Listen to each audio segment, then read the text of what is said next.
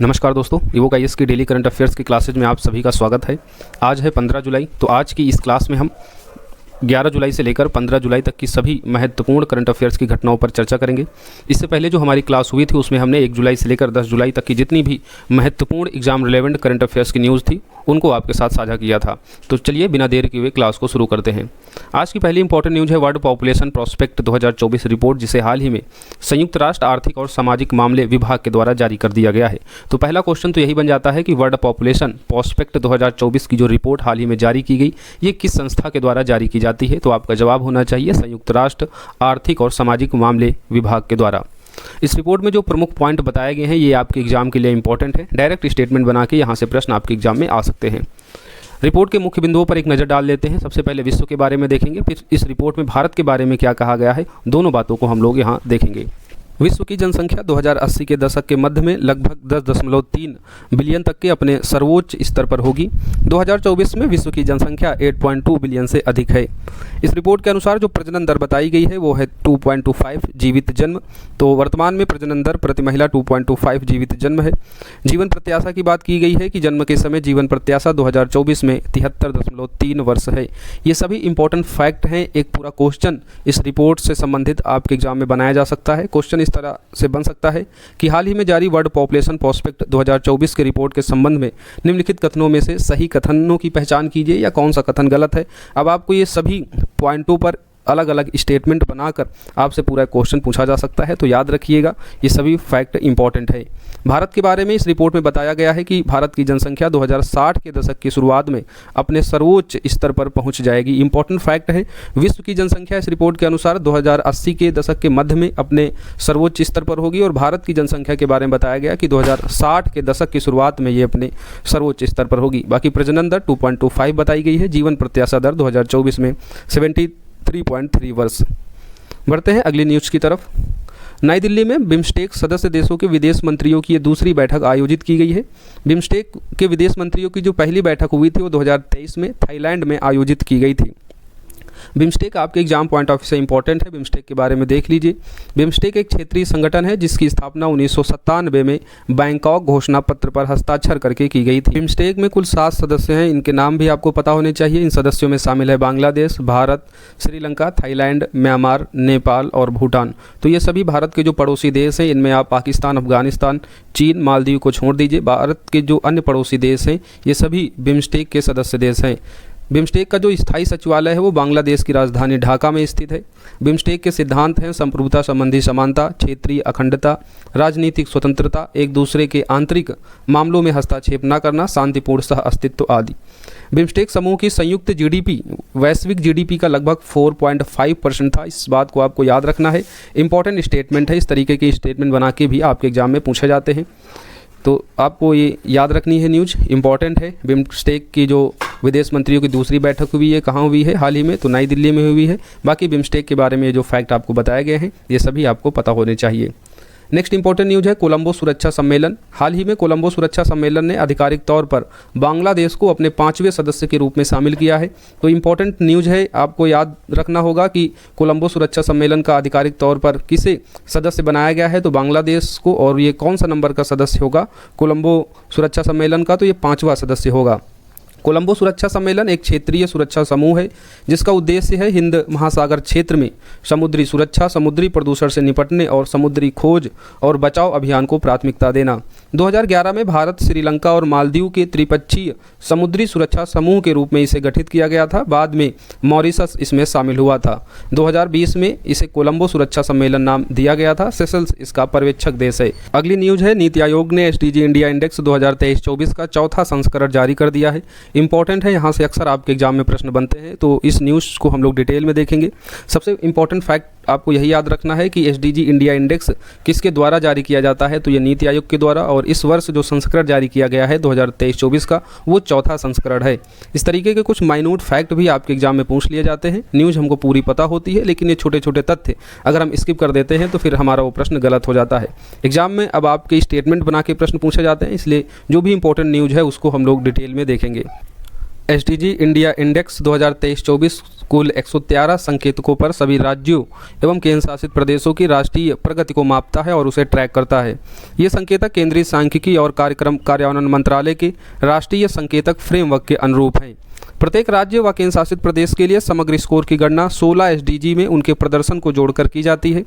इन्हें 0 से 100 के बीच स्कोर दिया जाता है। ये इंपॉर्टेंट स्टेटमेंट है, इसे याद रखना कि एसडीजी इंडिया इंडेक्स जो जारी किया जाता है उसमें राज्य व केंद्र शासित प्रदेशों को 0 से 100 के बीच स्कोर दिया जाता है। 100 के स्कोर का अर्थ है कि राज्य व केंद्र शासित प्रदेश ने 2030 के लिए निर्धारित सतत विकास लक्ष्य हासिल कर लिए हैं।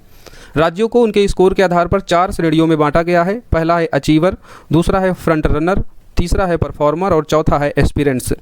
सूचकांक 2023-24 के मुख्य बिंदुओं पर नजर डालें तो राष्ट्रीय स्तर पर क्या प्रदर्शन रहा, फिर राज्य और केंद्र शासित प्रदेशों का क्या प्रदर्शन रहा, इन दोनों चीज़ों को हम लोग यहाँ पढ़ेंगे। भारत का समग्र स्कोर 2020-21 के 66 से बढ़कर 2023-24 में 71 हो गया है। इंपॉर्टेंट स्टेटमेंट है, याद रखिएगा। एसडीजी इंडिया इंडेक्स 2023-24 में भारत का समग्र स्कोर कितना हो गया है, 71 हो गया है। और वहीं 2020-21 में जो स्कोर था वो 66 था, यानी कितना पॉइंट बढ़ा है, तो 66 में अगर 71 जोड़ देंगे तो ये 5 पॉइंट बढ़ गया है। 2020-21 और 2023-24 के बीच जो एसडीजी लक्ष्य हैं उसमें लक्ष्य नंबर 1 जिसमें गरीबी उन्मूलन की बात की गई है, लक्ष्य नंबर 8 जो गरिमापूर्ण कार्य और आर्थिक समृद्धि की बात करता है, लक्ष्य 13 जलवायु कार्रवाई से जो संबंधित है, इनमें महत्वपूर्ण प्रगति देखी गई है। ये लक्ष्य अब फ्रंट रनर श्रेणी में है। लक्ष्य 13 के स्कोर में सबसे अधिक वृद्धि दर्ज कर दी गई है। इसके बाद लक्ष्य 1 का स्थान आता है। इंपॉर्टेंट स्टेटमेंट है कि एसडीजी इंडेक्स 2023-24 के जो लक्ष्य हैं उसमें लक्ष्य 1, लक्ष्य 8 और लक्ष्य 13 इसमें जो है महत्वपूर्ण प्रगति देखी गई है, लेकिन जो सर्वाधिक वृद्धि है वो लक्ष्य 13 अर्थात जलवायु कार्रवाई से जो संबंधित है उसमें वृद्धि दर्ज की गई है। आई होप आप सभी लोगों को एसडीजी के जो 17 लक्ष्य हैं वो याद होंगे। जिनको नहीं याद है वो याद कर लीजिए। मैं अक्सर एसडीजी के 17 लक्ष्यों को अपने टेलीग्राम चैनल पर अपडेट करता रहता हूं। अगर जिनको नहीं याद है तो उनके लिए मैं फिर से एसडीजी के जो 17 लक्ष्य हैं उनको एक बार फिर टेलीग्राम चैनल पर भेज दूँगा, जहाँ से आप उन्हें पढ़ सकते हैं। अब बात करेंगे हम लोग राज्य और केंद्र शासित प्रदेशों का क्या प्रदर्शन रहा है एसडीजी इंडेक्स 2023-24 में। तो बताया गया है इस रिपोर्ट में कि सभी राज्यों ने समग्र स्कोर में सुधार दिखाया है। फ्रंट रनर श्रेणी में 32 राज्य और केंद्र शासित प्रदेशों को शामिल किया गया है। परफॉर्मर श्रेणी में 4 राज्यों को शामिल किया गया है, जिसमें शामिल है मेघालय, नागालैंड, झारखंड और बिहार। तो बिहार पीसीएस के एग्जाम देने वाले बच्चे याद रखें कि एसडीजी इंडिया इंडेक्स में बिहार को किस श्रेणी में शामिल किया गया है, तो परफॉर्मर श्रेणी में। परफॉर्मर श्रेणी का मतलब क्या हो जाता है, ये तीसरे नंबर का जो यहाँ पर श्रेणी दी गई है, यानी 50 से 64 के बीच जो है बिहार का कहीं स्कोर होगा। बिहार स्पेशल की जब आप करंट न्यूज़ देखेंगे तो आपको एग्जैक्ट स्कोर नंबर भी दिख जाएगा। शीर्ष राज्यों की बात करें तो उत्तराखंड और केरल ने इस वर्ष शीर्ष स्कोर प्राप्त किया है। इनमें से प्रत्येक का जो स्कोर है वो 79 है। जैसा कि हमने ऊपर बताया था कि 0 से 100 के बीच स्कोर दिया जाता है। 100 के निकटतम जितना होगा वो राज्य उतने ही अच्छे स्कोर उसको प्राप्त होंगे, और 0 के जितना नज़दीक होगा वो एसडीजी इंडेक्स में उतना ही खराब प्रदर्शन करने वाला राज्य और केंद्र शासित प्रदेश होगा। शीर्ष केंद्र शासित प्रदेश चंडीगढ़ रहा है। तो ये सभी इंपॉर्टेंट फैक्ट हैं, याद रखिएगा।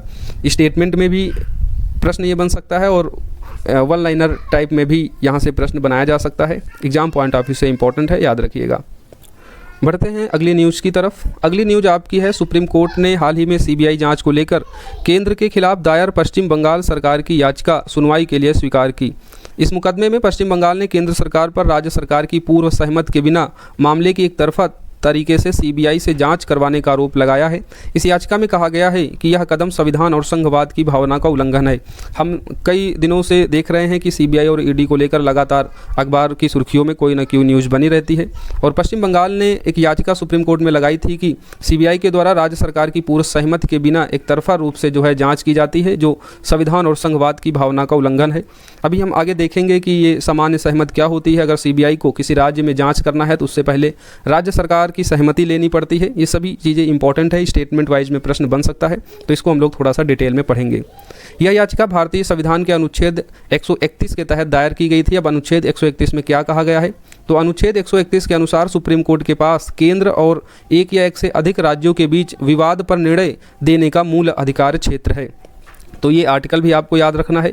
अब सामान्य सहमति के संबंध में जो अपवाद हैं इसके बारे में पहले देख लेते हैं कि वो कौन से ऐसे मामले होंगे जब बिना राज्य सरकार की सहमति के सीबीआई उस राज्य में जांच कर सकती है। तो इसमें दो मेन पॉइंट है। पहला है कि सुप्रीम कोर्ट और हाई कोर्ट राज्य की सहमति के बिना अपराध की जाँच के लिए सीबीआई को आदेश दे सकती है। दूसरा पॉइंट है यदि किसी राज्य में कोई सरकारी कर्मचारी या अधिकारी रिश्वत लेते हुए रंगे हाथों पकड़ा जाता है तो ऐसे मामलों में सहमति लेना जरूरी नहीं है।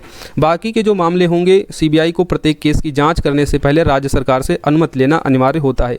यानी सीबीआई अगर किसी राज्य में जांच करती है तो इन दो मामलों को छोड़ दे, यानी अगर सुप्रीम कोर्ट और हाई कोर्ट आदेश नहीं दिया है और अगर राज्य का कोई सरकारी कर्मचारी अधिकारी रिश्वत लेते हुए रंगों हाथ नहीं पकड़ा जाता है, ऐसे मामलों को छोड़कर अन्य मामलों में जो है सीबीआई को जांच करने से पहले राज्य सरकार की सामान्य सहमति लेनी होती है। किसी राज्य विशेष में अपराध की जांच शुरू करने से पहले सीबीआई को राज्य सरकार की सहमति प्राप्त करनी होती है। सीबीआई वस्तुतः दिल्ली विशेष पुलिस स्थापना अधिनियम 1946 के तहत कार्य करती है। इसी अधिनियम की धारा 6 में राज्य की सामान्य सहमति लेने का प्रावधान किया गया है। इंपॉर्टेंट स्टेटमेंट है कि सीबीआई को किस अधिनियम के तहत सामान्य सहमति के आधार पर जो है कार्य करने की शक्ति दी गई है। तो इस अधिनियम को याद रखना, दिल्ली विशेष पुलिस अधिनियम 1946 के तहत राज्य सरकार सामान्य सहमति अथवा किसी केस विशेष के संबंध में सहमति दे सकती है। सामान्य सहमति मिलने पर सीबीआई को राज्य में प्रत्येक या अलग अलग मामलों की जाँच के लिए हर बार नई सहमति लेने की आवश्यकता नहीं होती है। यानी राज्य सरकार अगर एक सामान्य सहमति दे देती है सीबीआई की जाँच के लिए, तो फिर अगर कोई अन्य मामला भी होता है तो फिर सीबीआई को हर बार एक नई सहमति लेने की आवश्यकता नहीं होती, वो जांच कर सकती है। पश्चिम बंगाल ने 2018 में सीबीआई को दी गई अपनी सामान्य सहमति वापस ले ली थी। साथ ही कई अन्य राज्यों जैसे पंजाब आदि ने भी अपनी सामान्य सहमति वापस ले ली थी, लेकिन इसके बावजूद भी सीबीआई जो है वहाँ पर जाँच कर रही थी। तो इसको ध्यान में रखते हुए पश्चिम बंगाल ने सुप्रीम कोर्ट में याचिका दायर की थी, जिस पर सुप्रीम कोर्ट ने उस याचिका को स्वीकार कर लिया। अब उसकी सुनवाई होगी। तो सभी इंपॉर्टेंट फैक्ट हैं, याद रखना। खासकर ये अपवाद आपके एग्जाम में अक्सर पूछे जाते हैं स्टेटमेंट बना के, तो इन दोनों अपवादों को याद रखना जहां पर किसी भी राज्य में सीबीआई को सामान्य सहमति के बिना भी जांच करने की स्वीकृति दी जाती है, जिसमें सुप्रीम कोर्ट हाई कोर्ट का अगर निर्णय हो। और दूसरा था कि अगर किसी राज्य में कोई सरकारी कर्मचारी अधिकारी रिश्वत लेते हुए रंगे हाथ पकड़ा जाता है तो भी ऐसे मामले में सामान्य सहमति लेनी जरूरी नहीं होती है, सीबीआई वहाँ जाँच कर सकती है। अगली न्यूज़ है कुछ प्रमुख अभ्यासों को लेकर, जिसमें पहला है पिच ब्लैक अभ्यास। पिच ब्लैक अभ्यास एक बहुराष्ट्रीय अभ्यास है। इसका आयोजन हर 2 साल में किया जाता है। इस अभ्यास में बड़ी संख्या में सैनिकों और एयरक्राफ्ट की तैनाती से संबंधित मिशनों पर बल दिया जाता है। भारतीय वायुसेना का एक दल पिच ब्लैक अभ्यास 2024 में हाल ही में हिस्सा ले रहा है।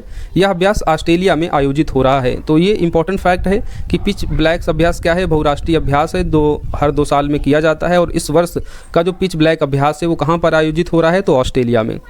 दूसरा जो सैन्य अभ्यास है वो है सागर कवच। सागर कवच अभ्यास यह एक तटीय सुरक्षा अभ्यास है। सबसे इंपॉर्टेंट फैक्ट तो आपको यही याद रखना है, क्योंकि कभी कभी इस तरीके से भी ऑप्शन बना के प्रश्न बन सकता है कि हाल ही में सागर कवच अभ्यास का आयोजन किया गया, किससे संबंधित है, तटीय सुरक्षा से, आपदा राहत से। तो ऐसे ऑप्शन बना के भी एग्जाम में प्रश्न पूछे जाते हैं। तो याद रखना, सागर कवच अभ्यास तटीय सुरक्षा अभ्यास है। इसका आयोजन आंध्र प्रदेश के तट पर हाल ही में किया गया। दोनों इंपॉर्टेंट फैक्ट है, याद रखना। उद्देश्य इसका क्या है, समुद्र से गैर परंपरागत खतरों से निपटने में तटीय सुरक्षा तंत्र की प्रभावशीलता की जांच करना है। इसमें भारतीय नौसेना, तटरक्षक बल, समुद्री पुलिस, मत्स्यिकी, सीमा शुल्क और अन्य सुरक्षा एजेंसियों के अलग अलग हितधारक शामिल होते हैं। तो दोनों सैन्य अभ्यासों को आपको याद रखना है, दोनों महत्वपूर्ण हैं। अगली न्यूज़ है संयुक्त राष्ट्र महासभा ने यूक्रेन के परमाणु ऊर्जा प्रतिष्ठानों पर संकल्प अपनाया है।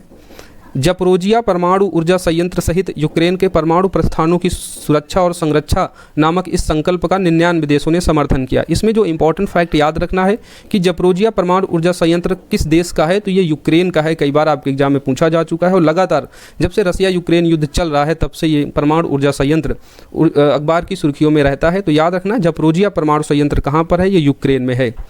इस संकल्प में यूक्रेन की महत्वपूर्ण ऊर्जा अवसंरचनाओं पर रूस द्वारा किए गए हमलों की निंदा की गई। संकल्प के अनुसार इन हमलों से परमाणु दुर्घटना का खतरा बढ़ गया है। इसमें सशस्त्र संघर्ष में शामिल सभी पक्षों से सभी परिस्थितियों में अंतर्राष्ट्रीय मानवतावादी कानूनों का सम्मान करने की अपील की गई है। यानी रसिया यूक्रेन युद्ध हम जानते हैं चल रहा है और रसिया जो है यूक्रेन के इन परमाणु ऊर्जा प्रतिष्ठानों पर आक्रमण कर रहा है। तो इसको रोकने के लिए एक संकल्प अपनाया गया है, क्योंकि इस तरीके से अगर इन परमाणु ऊर्जा संयंत्र पर हमला किया जाएगा तो काफ़ी व्यापक स्तर पर मानव की क्षति हो सकती है। इसलिए ये बात निकल कर सामने आ रही है कि रसिया यूक्रेन के युद्ध में रसिया के द्वारा जापोरोजिया परमाणु ऊर्जा संयंत्र सहित जो यूक्रेन के अन्य परमाणु प्रतिष्ठान हैं इनको क्षति न पहुंचाई जाए, इन पर किसी प्रकार का आक्रमण न किया जाए। तो ये जापोरोजिया परमाणु ऊर्जा संयंत्र आप याद रखना, ये यूक्रेन का है। अगली न्यूज़ है, केरल के विंझिझम अंतर्राष्ट्रीय बंदरगाह पर पहला मालवाहक जहाज़ पहुंचा गया है। इस न्यूज़ को भी हम लोग डिटेल में देखेंगे क्योंकि ये न्यूज़ भी आपके एग्जाम के लिए इम्पॉर्टेंट है। विंझिझम बंदरगाह केरल के तिरुवनंतपुरम में स्थित है। पहला इंपॉर्टेंट फैक्ट तो यही हो जाता है। यह भारत का पहला deep water container transshipment port है। यह केरल सरकार की एक महत्वाकांक्षी परियोजना भी है। तो दोनों स्टेटमेंट इसमें इंपॉर्टेंट है। पहला विंझिझम बंदरगाह कहाँ पर है, तो ये केरल के तिरुवनंतपुर शहर में है। और ये जो बंदरगाह है भारत का पहला deep water container transshipment port है। इस बंदरगाह को वर्तमान में लैंड लॉर्ड मॉडल के आधार पर विकसित किया जा रहा है। साथ ही इसे डिजाइन, बिल्ड, फाइनेंस, ऑपरेट और ट्रांसफ़र के आधार पर सार्वजनिक निजी भागीदारी घटक के तहत विकसित किया जा रहा है। अब लैंडलॉर्ड मॉडल क्या होता है, तो इस मॉडल के अंतर्गत पोर्ट अथॉरिटी विनियामक संस्था और लैंडलॉर्ड के रूप में कार्य करती हैं, जबकि बंदरगाह के संचालन का दायित्व निजी कंपनियों के पास होता है। विंझिझम बंदरगाह के मामले में ये जो दायित्व है निजी कंपनियों के संदर्भ में, यह दायित्व अडानी विंझिझम पोर्ट प्राइवेट लिमिटेड के पास है। इंपॉर्टेंट स्टेटमेंट है, इसे आपको याद रखना है। तो ये काफ़ी इंपॉर्टेंट न्यूज़ हो जाती है। केरल का ये जो विंझिझम अंतर्राष्ट्रीय बंदरगाह है जिसे अब ट्रांसशिपमेंट पोर्ट के रूप में डेवलप किया जा रहा है, इंपॉर्टेंट है, इस न्यूज़ को आप लोग याद रखिएगा। अगली न्यूज़ सारस क्रेन से संबंधित है। ये यूपीपीसीएस प्रीलिम्स का जो बच्चे एग्जाम इस वर्ष दे रहे हैं उनके लिए काफ़ी महत्वपूर्ण हो जाता है। ग्रीष्मकालीन गणना के आधार पर उत्तर प्रदेश में सारस क्रेन की आबादी में वृद्धि देखी गई है। सारस क्रेन के बारे में कुछ इंपॉर्टेंट फैक्ट देख लेते हैं। यह विश्व का सबसे लंबा उड़ने वाला पक्षी है। उत्तर प्रदेश का राजकीय पक्षी भी है। विशेषता क्या है कि यह जोड़े या फिर छोटे समूहों में पाया जाता है। यह पक्षी जीवन भर एकल साथी के साथ रहता है। भारतीय उपमहाद्वीप जैसे उत्तर व मध्य भारत, नेपाल का जो तराई क्षेत्र है, पाकिस्तान है, दक्षिण पूर्व एशिया और उत्तरी ऑस्ट्रेलिया में भी सारस क्रेन आप देख सकते हैं, यहाँ पर भी ये पाए जाते हैं। IUCN रेड लिस्ट में जो श्रेणी है उसके अंतर्गत ये वल्नरेबल श्रेणी में शामिल है। ये स्टेटमेंट आपके लिए इंपॉर्टेंट हो जाता है सारस क्रेन के संबंध में। अगली न्यूज़ भूजल में क्रोमियम संदूषण से रिलेटेड है। हाल ही में NGT की कोलकाता पीठ ने केंद्रीय भूजल बोर्ड को सुकिंदा घाटी जो उड़ीसा में पड़ती है, इस घाटी में भूजल में क्रोमियम संदूषण के खतरनाक स्तर की जांच करने का आदेश दिया है। क्रोमियम संदूषण के बारे में देख लीजिए। क्रोमियम जल में अत्यधिक घुलनशील होता है। इसके कारण यह भौतिक, रासायनिक व जैविक परिवर्तनों से गुजरता है और स्रोत के बिंदु से अलग अलग जगह व्यापक संदूषण का कारण बनता है। तो पहला स्टेटमेंट आपको यही याद रखना है कि क्रोमियम जल में अत्यधिक घुलनशील होता है, इसे आप लोग याद रख लीजिए। भारतीय मानक के अनुसार पेयजल में जो अधिकतम अनुमेय संदूषण है उसका कितना मानक रखा गया है, तो 50 माइक्रोग्राम प्रति लीटर। इससे अधिक नहीं होना चाहिए। इससे अधिक होगा तो जो पेयजल होगा वो बहुत ही घातक रूप से हमारे शरीर में उसका दुष्प्रभाव पड़ेगा। सुकिंदा घाटी कहाँ पर है, ये उड़ीसा में है, जहाँ पर हाल ही में क्रोमियम संदूषण के खतरनाक स्तर की जांच करने का आदेश NGT के द्वारा दिया गया है। नेक्स्ट न्यूज़ है सियांग नदी से संबंधित। अरुणाचल प्रदेश में ऊपरी सियांग जिले के स्थानीय लोग ऊपरी सियांग जल विद्युत परियोजना का विरोध कर रहे हैं। अब ये सियांग नदी आपके लिए इंपॉर्टेंट हो जाती है ज्योग्राफी सेक्शन से। हमारी करंट अफेयर्स न्यूज़ की यही खास विशेषता होती है कि आप करंट अफेयर्स में नहीं पढ़ते हैं। करंट अफेयर्स में अगर कोई न्यूज़ में आपका कोई स्टैटिक सब्जेक्ट भी होता है, ज्योग्राफी, पॉलिटी, इकोनॉमिक्स या कोई भी सब्जेक्ट, उस न्यूज़ से अगर कोई रिलेटेड टॉपिक होता है तो उस पर हम लोग डिटेल में चर्चा कर लेते हैं। और जिस तरीके से अब डिफरेंट डायमेंशन से करंट अफेयर्स के क्वेश्चन पूछे जाते हैं, तो बदलते एग्जाम पैटर्न के अनुसार करंट अफेयर्स को पढ़ने का सही तरीका यही है। सियांग नदी के बारे में देख लेते हैं। सियांग नदी का उद्गम मानसरोवर झील के पास कैलाश पर्वतमाला में आंगसी ग्लेशियर से होता है। इसकी सहायक नदियां हैं लोहित और दिबांग। पासीघाट शहर के दक्षिण में असम के मैदानी भाग में दिहांग और लोहित जब इसमें मिलती हैं तो इनसे मिलकर यह ब्रह्मपुत्र बन जाती है। यानी ब्रह्मपुत्र नाम से किसी नदी का उद्गम नहीं होता है। ब्रह्मपुत्र नदी का जो उद्गम होता है आंगसी ग्लेशियर से, तो जब उद्गम होता है तो इस नदी का नाम होता है सियांग नदी। सियांग नदी जब भारत में प्रवेश करती है और इस नदी में दिहांग और लोहित नदी आकर मिलती है, तब इसका नाम जो है वो ब्रह्मपुत्र पड़ता है। तो काफ़ी इंपॉर्टेंट है, इस तरीके से भी आपके एग्जाम में प्रश्न पूछे जाते हैं। अगली न्यूज़ है ब्लू प्लैनेट पुरस्कार से रिलेटेड, क्योंकि इस वर्ष का जो ब्लू प्लैनेट पुरस्कार है वो जैव विविधता और पारिस्थितिकी तंत्र सेवाओं पर अंतर सरकारी विज्ञान नीति प्लेटफॉर्म को दिया गया है। यह पुरस्कार वैश्विक पर्यावरणीय समस्याओं का समाधान करने वाले उनके वैज्ञानिक अनुसंधान और उनके उपयोग में अर्जित उपलब्धियों को मान्यता देने के लिए दिया जाता है। अब हम लोग जैव विविधता और पारिस्थितिकी तंत्र सेवा पर जो अंतर्राष्ट्रीय विज्ञान नीति प्लेटफॉर्म है, इसके बारे में भी कुछ फैक्ट देख लेते हैं। इसे 2012 में पनामा सिटी में इस्टेब्लिश किया गया था। यह एक अंतर सरकारी निकाय है। जैव विविधता और पारिस्थितिकी तंत्र सेवाओं के लिए विज्ञान नीति इंटरफेस को ये मजबूत करता है। ये संयुक्त राष्ट्र की संस्था नहीं है, हालांकि संयुक्त राष्ट्र पर्यावरण कार्यक्रम को सचिवालय सेवाएं ये प्रदान करता है। जर्मनी के बान में इसका सचिवालय है। वर्तमान में भारत सहित इसके 145 से अधिक सदस्य देश हैं। संयुक्त राष्ट्र के सदस्य देश IPBES सदस्य के लिए पात्र होते हैं। तो ये कुछ एडिशनल फैक्ट थे जिन्हें आप लोग याद कर सकते हैं, क्योंकि अब जिस तरीके से स्टेटमेंट बना के प्रश्न पूछे जाते हैं तो अब ज़रूरी हो जाता है कि हम उस बदलते एग्जाम पैटर्न के अनुसार ही करंट अफेयर्स की घटनाओं को पढ़ें। अगली न्यूज़ है, हाल ही में जैविक उत्पादों के लिए भारत और ताइवान के बीच पारस्परिक मान्यता समझौता संपन्न हुआ। तो इस तथ्य को आपको याद रखना है, अगर एग्जाम में आपसे पूछ लिया जाए कि हाल ही में जैविक उत्पादों के लिए किन दो देशों के बीच पारस्परिक समझौता हुआ है, तो ये भारत और ताइवान के बीच हुआ है। इस समझौते से दोहरे प्रमाण पत्रों की आवश्यकता समाप्त हो जाएगी। इससे जैविक उत्पादों के निर्यात में आसानी होगी।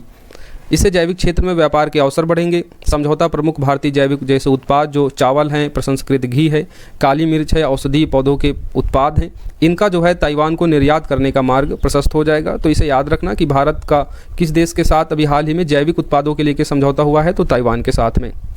नेक्स्ट इंपॉर्टेंट न्यूज है fund for respond to loss and damage से रिलेटेड, क्योंकि हाल ही में ये जो हानि और क्षति कोष है, इसके बोर्ड ने इस कोष का नाम बदलकर fund for respond to loss and damage कर दिया है। तो ये इंपॉर्टेंट फैक्ट है, याद रखना। हानि और क्षति कोष जो है इसको 2022 में शर्म अल शेख जो मिस्र में पड़ता है, UNFCCC की जो 27वीं बैठक हुई थी, इस बैठक के दौरान इसे इस्टेब्लिश किया गया था। इंपॉर्टेंट न्यूज है आपके लिए, याद रखिएगा। COP27 के दौरान, आप जानते हैं COP27 की जो बैठक है 2022 में मिस्र में हुई थी, और इसी बैठक के दौरान हानि और क्षति कोष के बोर्ड का गठन किया गया था, और जिसे हाल ही में नाम बदलकर fund for respond to loss and damage कर दिया गया है। साथ ही यह भी निर्णय लिया गया है कि फिलीपींस इस फंड के बोर्ड का होस्ट देश होगा। इंपॉर्टेंट है, याद रखिएगा, इस बोर्ड का होस्ट देश कौन होगा, तो फिलीपींस होगा। इस फंड का उद्देश्य क्या है? यह फंड विकासशील देशों को जलवायु परिवर्तन के कारण आने वाली प्राकृतिक आपदाओं से होने वाले नुकसान एवं क्षति की भरपाई करने में मदद करेगा। लॉस एंड डैमेज यानी हानि और क्षति उन नकारात्मक परिणामों को व्यक्त करते हैं जो जलवायु परिवर्तन के अपरिहार्य जोखिमों से उत्पन्न होते हैं। इन जोखिमों में समुद्र में जल स्तर में हुई वृद्धि, लंबी अवधि तक हीट वेव, मरुस्थलीकरण, समुद्र का अम्लीकरण आदि शामिल है। अगली न्यूज है, प्रधानमंत्री के द्वारा हाल ही में ऑस्ट्रिया की राजकीय यात्रा की गई है। भारत और ऑस्ट्रिया के बीच राजनयिक संबंधों के 75 वर्ष पूरे होने के अवसर पर यह राजकीय यात्रा थी। इंपॉर्टेंट इसलिए हो जाती है क्योंकि पिछले 41 वर्षों में किसी भारतीय प्रधानमंत्री की ये पहली ऑस्ट्रिया यात्रा थी। इससे पहले 1983 में भारत की प्रधानमंत्री इंदिरा गांधी ने ऑस्ट्रिया का राजकीय दौरा किया था। तो याद रखिएगा, ये IR से रिलेटेड आपसे प्रश्न यहाँ से हो सकता है कि हाल ही में भारत के प्रधानमंत्री ने किस देश की राजकीय यात्रा की, तो आपका जवाब होगा ऑस्ट्रिया की। और ये जो राजकीय यात्रा हुई है, ये ऑस्ट्रिया और भारत के राजनयिक संबंधों के 75 वर्ष पूरे होने के उपलक्ष्य में की गई है। पिछले 41 वर्षों में किसी भी भारतीय प्रधानमंत्री की ये पहली यात्रा है। इससे पहले की जो यात्रा की गई थी 1983 में, वो इंदिरा गांधी के द्वारा की गई थी। अगली जो न्यूज़ है वो गुजरात के पालीताना शहर से रिलेटेड है, क्योंकि हाल ही में गुजरात का जो पालीताना शहर है ये विश्व का पहला एक ऐसा शहर बन गया है जिसने मांसाहार फूड को पूरी तरीके से बैन कर दिया है। तो इस न्यूज़ को भी आपको याद रखना है। इस तरह हमने जो भी डिटेल करंट अफेयर्स की घटनाएं थी 10 जुलाई से लेकर 15 जुलाई तक, उन सभी पर हमने विस्तृत चर्चा की है। आई होप आप सभी को ये क्लासेस पसंद आ रही होंगी। आज की जो क्लास है वो काफ़ी इंपॉर्टेंट है, कई महत्वपूर्ण करंट न्यूज़ों पर हमने चर्चा की है। यहाँ से प्रश्न आपके एग्जाम में बन सकते हैं। अब हम लोग कुछ MCQ देखेंगे। आज की क्लास का पहला MCQ है, बताना है निम्नलिखित देशों पर विचार कीजिए। निम्नलिखित में से कितने बहुक्षेत्रीय तकनीकी और आर्थिक सहयोग के लिए बंगाल की खाड़ी पहल का हिस्सा हैं? अभी हमने ऊपर आपको बिम्स्टेक से रिलेटेड न्यूज़ बताई थी कि बिम्स्टेक के विदेश मंत्रियों की दूसरी बैठक नई दिल्ली में आयोजित की गई। फिर हमने डिटेल में बिम्स्टेक के बारे में देखा था। तो 4 देश दिए गए हैं, पहला है बांग्लादेश, दूसरा म्यांमार, तीसरा पाकिस्तान, चौथा थाईलैंड। इनमें से कितने देश बिम्स्टेक के हिस्से हैं? तो पाकिस्तान को छोड़कर बाकी तीनों देश बिम्स्टेक के हिस्से हैं। बिम्स्टेक में कुल 7 सदस्य देश हैं, हमने ऊपर इसके बारे में देखा था। तो सही जवाब हो जाएगा ऑप्शन बी, केवल 3। अगला प्रश्न है, निम्नलिखित में से सुर्खियों में रहा खारदुंग दर्रा, चांगला दर्रा, तांगला दर्रा किस राज्य व केंद्र शासित प्रदेश में स्थित है? तो ये जो सभी दर्रे हैं खारदुंगला, चांगला, तांगला, ये सभी लद्दाख में स्थित हैं। सही ऑप्शन हो जाएगा ए, लद्दाख। नेक्स्ट जो प्रश्न है वो है विंझम बंदरगाह से रिलेटेड। इसके बारे में हमने ऊपर करंट न्यूज़ देखी थी। आपको बताना है कि विंझम बंदरगाह के संदर्भ में कितने कथन सही हैं। पहला कथन है, इस बंदरगाह को वर्धमान में लैंडलॉर्ड मॉडल के आधार पर विकसित किया जा रहा है। सही है, ऊपर हमने पढ़ा इसके बारे में। लैंडलॉर्ड मॉडल के तहत बंदरगाह प्राधिकरण एक नियामक निकाय के रूप में कार्य करता है, ये भी सही है। लैंडलॉर्ड मॉडल में निजी कंपनियां बंदरगाह का संचालन करती हैं, ये भी सही है। इसके बारे में हमने देखा था, जो निजी कंपनी का दायित्व है वो विंजम कंपनी को दिया गया है जो अडानी ग्रुप की है। तो इसमें तीनों कथन सही हैं। प्रश्न का सही उत्तर हो जाएगा ऑप्शन सी, सभी तीनों।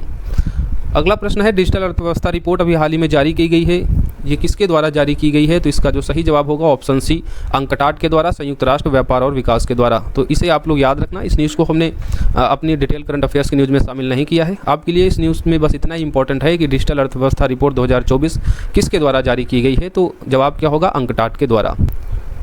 अगला प्रश्न है, आपको बताना है उपयुक्त में से कितने कोलंबो सुरक्षा सम्मेलन का हिस्सा है। हमने कोलंबो सुरक्षा सम्मेलन से रिलेटेड जो ऊपर न्यूज़ पढ़ी थी उसमें बताया था कि हाल ही में कोलंबो सुरक्षा सम्मेलन का 5वां जो सदस्य बन चुका है वो था बांग्लादेश। तो उसी से रिलेटेड ये प्रश्न है।